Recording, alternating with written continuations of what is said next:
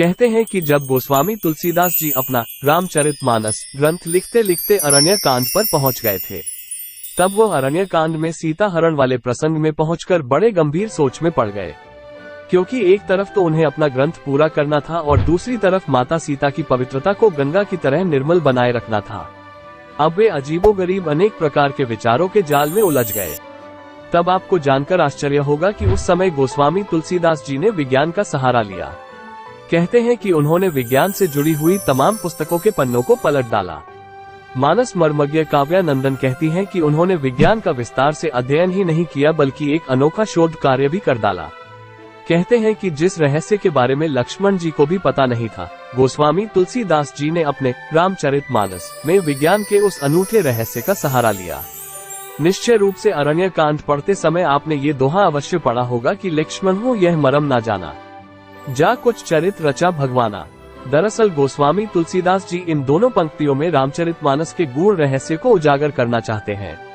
कहते हैं कि लक्ष्मण जी को भी उस रहस्य के बारे में जानकारी नहीं थी, जिस रहस्य की गाथा पहले ही विधाता लिख चुके थे। पुराणों में वर्णित है कि रामचरितमानस के अरण्य कांड में लंकापति रावण जब सीता जी का हरण करने आया तो उसकी यह पहली गलती नहीं थी, बल्कि गोस्वामी तुलसीदास जी के अनुसार यह उसका दूसरा दुस्साहस था।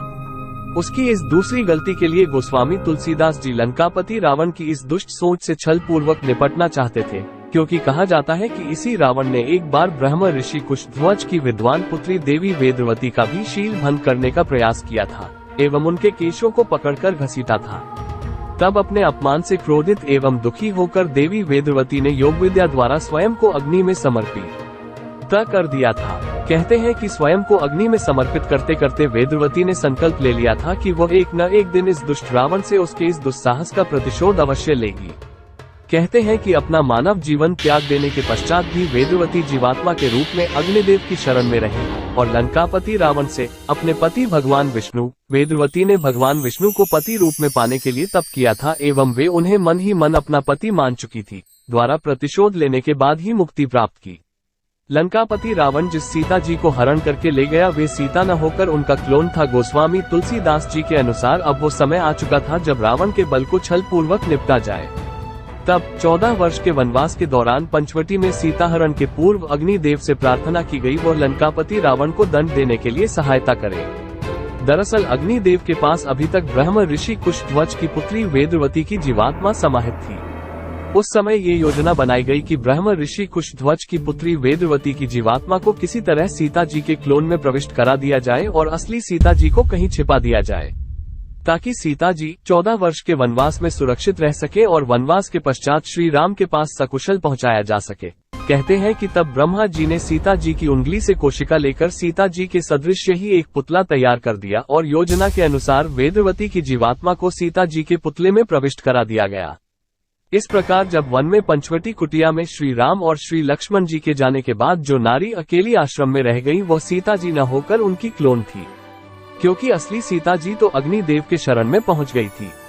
फिर विधाता को वेदवती द्वारा रावण से प्रतिशोध लेने के प्रण को पूरा जो कराना था, इसलिए उन्होंने रावण द्वारा सीता जी नहीं बल्कि उनके पुतले में स्थापित वेदवती की जीवात्मा का हरण करा दिया। उन वेदवती नामक देवी जो स्वयं महामाया का ही अंश थी लंका पहुंचकर रावण के नाकों चने चबवा दिए। रामचरितमानस के कई प्रसंगों में सीता जी के क्लोन का रहस्य उजागर होता है। इस बात का तो पुराणों में स्पष्ट वर्णन भी किया गया है कि लंकापति रावण ने सीता जी को अपने महाद्वीप लंका में अशोक वाटिका में कैद करके रखा था। कहते हैं कि रावण जब भी सीता जी पर अत्याचार करने के लिए आगे कदम बढ़ाता था तो धरती में से एक अग्नि ज्वार फूट पड़ता था, जिसमें भस्म हो जाने के भय से रावण वापस भाग जाता था। सीता जी के आस पास अग्नि का पहरा होने का एक कारण ये भी बताया जाता है कि सीता जी के क्लोन में रहने वाली देवी वेदवती की जीवात्मा के साथ सदैव अग्निदेव रहते थे, क्योंकि ब्रह्म ऋषि की पुत्री वेदवती मृत्यु के पश्चात जीवात्मा रूप में उन्हीं अग्निदेव में समाहित थीं। कहते हैं कि एक बार दुष्ट रावण ने सीता जी को मार डालने का प्रयास किया, लेकिन उसी समय सीता जी के काया के अंदर उपस्थित विद्वान देवी वेदवती ने एक अमोघ महामंत्र पढ़कर दुष्ट रावण की तरफ फेंका, जिसके कारण वो घास के तिनके के समान छिटक कर दूर जा गिरा। रामचरितमानस में कई बार ऐसा प्रसंग आया कि जब सीता जी पवन सुत हनुमान जी अथवा लक्ष्मण जी के साथ लंका से वापस श्री राम जी के पास वापस आ सकती थी, लेकिन उन्होंने ऐसा नहीं किया। क्योंकि उस समय वेदवती की जीवात्मा एक निश्चित समय के लिए सीता जी की परछाई में विलीन थी। यदि वो उस समय के पूर्व वापस श्री राम जी के पास आ भी जाती तो भी देवी वेदवती सीता जी के शरीर से न निकल पाती। फिर देवी वेदवती को अपने प्रतिशोध स्वरूप रावण का वध जो करवाना था, रावण का समूल नाश ही उनके प्रतिशोध का मुख्य उद्देश्य था। इसलिए जब तक लंका का सर्वनाश न हो जाए तब तक वो वापस श्री राम के पास कैसे जा सकती थी। देवी वेदवती में तमाम वेदों का ज्ञान व शक्ति थी। वो चाहती तो स्वयं भी रावण का संहार कर सकती थी, क्योंकि लंकापति रावण द्वारा वेदवती को अपमानित किए जाने के बाद से ही वो प्रतिशोध की अग्नि में तप रही थी। लेकिन इस बारे में अग्निदेव जी ने देवी वेदवती से प्रार्थना की थी कि लंका पहुंचकर वो ऐसा कोई कार्य न करे कि जिससे सीता जी की परछाई का भेद खुल जाए। फिर देवी वेदवती भी भगवान श्री राम के कर कमलों के द्वारा ही रावण को उसके कुकर्मों का प्रतिफल दिलाना चाहती थी। कदाचित विधाता ने ऐसा ही रच रखा था और देवी वेदवती यह बात जानती थी। इसीलिए तमाम शक्तियों से परिपूर्ण होने के बावजूद देवी वेदवती ने लंका में अपनी सीमितता बनाए रखी और रावण को मारे जाने तक मूकदर्शक बनी रही। क्या होता है ये क्लोन विज्ञान की भाषा में कहें तो क्लोन वैज्ञानिक पद्धति द्वारा किसी जीवित कोशिका से तैयार की गई उसके जैसी ही प्रतिच्छाया है, जिसका रंग, रूप, बनावट असली यानी वास्तविक होने का आभास कराता है।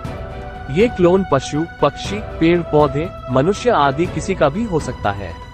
क्लोन वो प्रतिबिंब है जिसका चेहरा, बनावट आदि वास्तविकता का आभास कराती है। कहते हैं कि देश विदेश के कुछ एक प्राचीन रहस्यमय युद्ध में क्लोन का उपयोग किया गया।